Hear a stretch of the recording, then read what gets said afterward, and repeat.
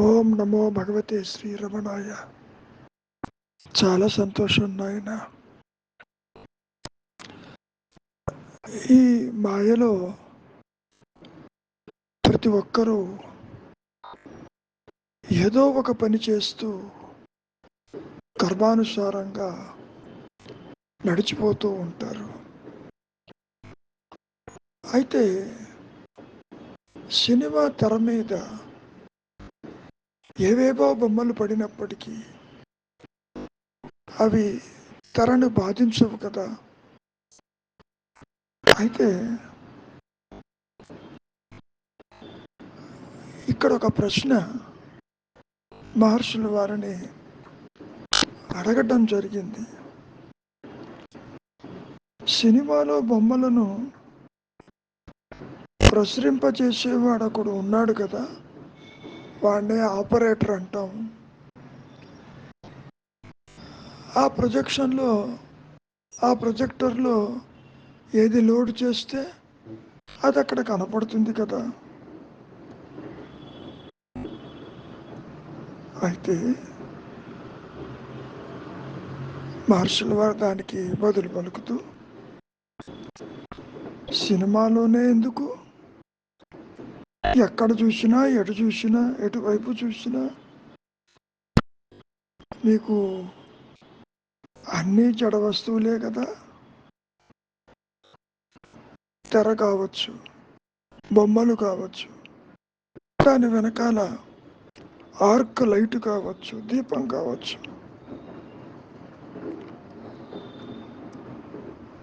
ఇక్కడ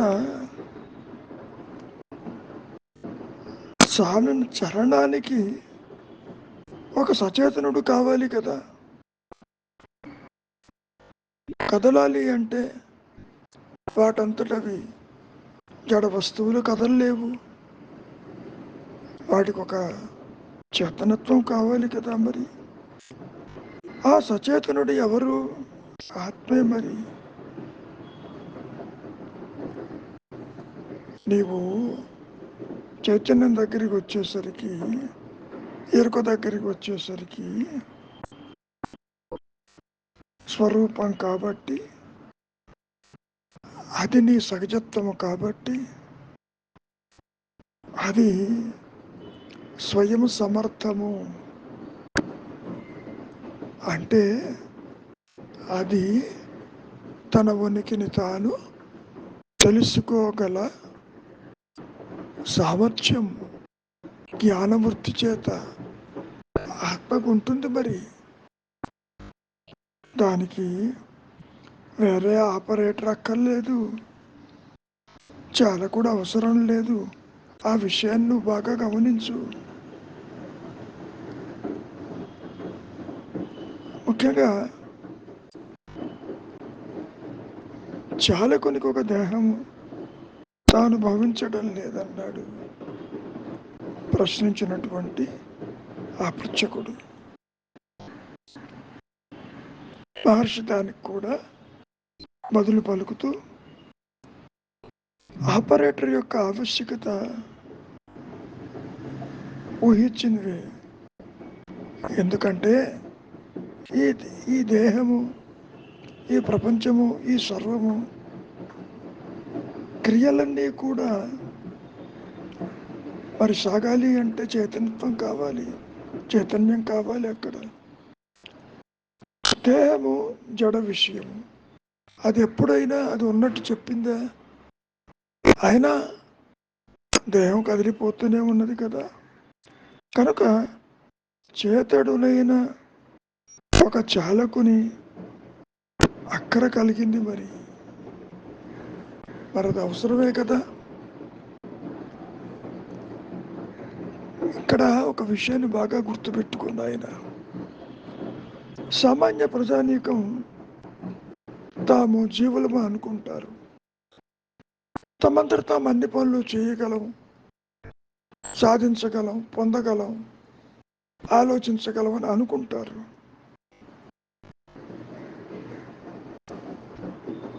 అందుకే భగవద్గీతలో కృష్ణ పరమాత్మ ఒక విషయాన్ని చాలా స్పష్టం చేశారు. సృష్టి యావత్తుని, ఈ జీవులందరినీ నడిపించే దైవం ఎక్కడున్నాడో తెలుసా? హృదయంలోనే ఉంటాడు, ఎరుకగా ఉంటాడు, ఉన్నానన్న స్ఫురణ కలిగి ఉంటాడు. ఆ చైతన్యముతోనే జడమైనటువంటి ఈ దేహాదులు, ఈ సృష్టి యావత్తు మరి నిలిచి ఉందా లేదా? అసలు విషయం ఏమిటి అంటే ఉన్నది ఎరుక మాత్రమే. నిజానికి జీవుడు కానీ చోదకుడు కానీ అంటూ ఎవరూ లేరు. ఈ సర్వము కూడా నీతో కలిపి నీవు చూస్తున్నటువంటి మాయ అంతా కూడా మరి అంతాది ఆత్మే. అంతవరకు దేనికి? ఒక విషయం బాగా గుర్తుపెట్టుకో. తెర మీద బొమ్మలు చూస్తున్నావు, అందులో నటులు, నాటకీయత, కదలటము మరి నువ్వు చూస్తున్నావా లేదా? చాలకుడు కూడా ఉన్నాడు, వెనకాల దీపం ఉంది, ఇతరములన్నీ ఆత్మయ్య. మరి అది లేకుండా ఇది జరగదు కదా. మరి ఆత్మదేహము, నీవు నటుడవనుకుని భ్రమ చెందుతున్నావు. ఇదిగో ఆ సినిమాలోని పాత్రధారి ద్రష్ట అనుకోవటం వంటిది. ఆ సినిమాలో పాత్రధారి తాను తెరలేక నటించవచ్చా అని అడిగాడు అనుకో, మరి ఆత్మకు వేరుగా తాను కర్తను అనుకునేవాడికి అది కూడా అటువంటిదే కదా. అది ఎలా కుదురుతుంది? కుదరదు. కాబట్టి జ్ఞానము, అహం స్ఫురణ, ఉన్నానన్న ఎరుక, అది ఒకటి ఉండబట్టి ఈ మాయ సాగిపోతూ ఉంది.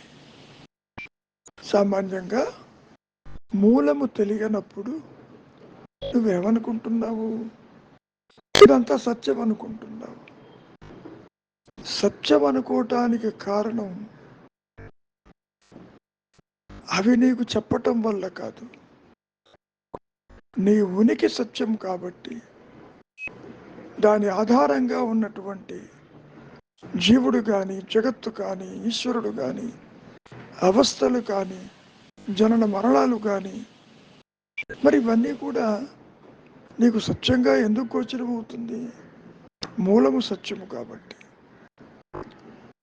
నీవు మూలము తెలియక వాటిని మాత్రమే నీవు చూడగలిగితే అవి అసత్యం. కారణం వాటికి స్వయం ప్రతిపత్తి లేదు. ఏనాడైనా నీ దేహం ఉన్నట్టు నీకు చెప్పిందే? మనస్సు ఉన్నట్టు నీకు చెప్పిందే? పోనీ సూర్యచంద్రాదులు ఉన్నట్టు, గ్రహాదులు ఉన్నట్టు, ఇతరులు ఉన్నట్టు, సృష్టి ఉన్నట్టు ఏనాడైనా అవి చెప్పినయ్యా? లేదు కదా. మరి ఇవి ఎక్కడి నుంచి వచ్చినాయి? ఇవన్నీ కూడా నీ భావనలకే పరిమితము. ఇక్కడ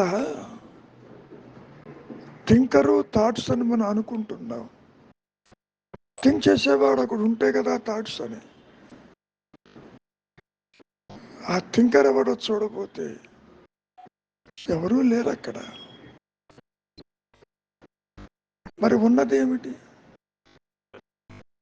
ఎరుక మాత్రమే ఉన్నది. ఎరుక అంటే తురీయము, ఉన్నానన్నటువంటి అనంతత్వము, ఏకత్వము. దానికి అన్యమేది లేదు. అది దేనిని గురించి ఆలోచించదు. అసలు విషయం అది దేనితోనూ కలవదు. ఇప్పుడు మాత్రం ఆ తెర మీద పడుతున్న బొమ్మలు ఏ ఒక్కటైనా తెరవుతుందా? ప్రయత్నం చేయి, కాదు కదా. తెర ఉంటేనే బొమ్మలు కనపడుతున్నాయి. ఇక్కడ కూడా నేను ఉన్నాను అన్న ఎరుక ఒకటి తెరగా ఉంటేనే మరి జీవభావన, జగద్భావన, జనన మరణ భావన, అవస్థాత్రయములు, పుట్టటము, పెరగటము, నశించటము, ఇవన్నీ ఎక్కడ కనిపిస్తున్నాయి అనుకుంటున్నావు? జ్ఞానం అనే తెర మీద. మరి అక్కడ తెర ఉండబట్టే కదా సినిమాలో పాత్రధారులు నీకు కనపడేది. తెర లేకుండా అవి లేవు కదా. ఇక్కడ కూడా జనన మరణాలు కావచ్చు, అన్యత్వము కావచ్చు, సృష్టి కావచ్చు, జీవుడు, జగత్తు, ఈశ్వర భావనలు కావచ్చు. మరి ఇవన్నీ కూడా ఏ విధంగా సాగిపోతున్నాయి అనుకుంటున్నావు? మాయలో ఆ ఎరుక వల్లే కదా. It is the self that does everything. అంటే దాని ఎదుటే ఇది సాగిపోతుంది. అంతవరకు దేనికి? సూర్యుడు ఎక్కడో ఉన్నాడు, ఈ భూమండలం మీద ఆయన యొక్క వెలుగు ప్రసరిస్తూ ఉంది. మరి భూమండలం అంతా సస్యశ్యామలమై జీవకోటి వర్ధిల్లుతున్నదా లేదా? మరి సూర్యుడేనాడైనా ఇదంతా నేనే చేస్తున్నానని అంటాడా? అన్న కదా. తన ఎదుటే ఇది సాగిపోతూ ఉంటుంది. అదేవిధంగా ఆత్మ ఎదుటే ఆ తెర మీద బొమ్మలు ఏ విధంగా అయితే పడుతూ పోతూ ఉంటాయో ఇక్కడ కూడా ఈ మాయ ఆత్మ ఎదుటే ఇది ప్రకాశిస్తూ ఉంటుంది. అందుకే కృష్ణ పరమాత్మ ఏమన్నాడు? నన్ను శరణు చొచ్చిన వారికి ఈ మాయ ఏమి చెయ్యదు అని. శరణు చొచ్చటం అంటే వ్యక్తిత్వ నాశము, అహంకార రహితము, మూలంలో ఉండటం అనేది. వ్యక్తిత్వం తల ఎత్తకపోతే జీవుడెక్కడ, జగత్తెక్కడ, ఈశ్వరుడెక్కడ, సృష్టి ఎక్కడ, జనన మరణాలు ఎక్కడ, అవస్థాత్రయములు ఎక్కడ? మరి అవేమీ లేవు కదా. ఉన్నది ఏమిటి? ఉన్నది చైతన్యం మాత్రమే. దాన్నే మనం సత్ చిత్ ఆనందమని ఇక్కడ చెప్పుకుంటాం. సత్ అంటే అర్థం ఏనాడు అసత్తు కాదని. ఆనందము అంటే అనానందం అయ్యే ప్రసక్తే లేదని. చిత్ అంటే అచిత్తు కాదని. ఒకే రీతిలో అది ఉంటుంది అని చెప్పటానికి ఈ పొడి మాటలు అవసరమైనవి. ఇంతకీ మాయ సత్యమే అన్నారు కదా ఒక సందర్భంలో. ఎందుకని? మూలము తెలిసినప్పుడు సత్యం.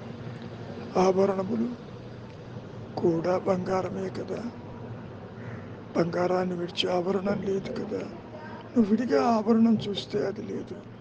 ఇక్కడ కూడా మూలము తెలియక జీవుడిని, జగత్తుని, ఈశ్వరుని చూడబోతే వాళ్ళు లేరు అక్కడ. అందుకనే జీవుడు ఒక ఊహా వస్తువు, ఇమాజినరీ. మూలము తెలిసినప్పుడు సర్వం కలివిదం బ్రహ్మ, అంతా అదే కదా.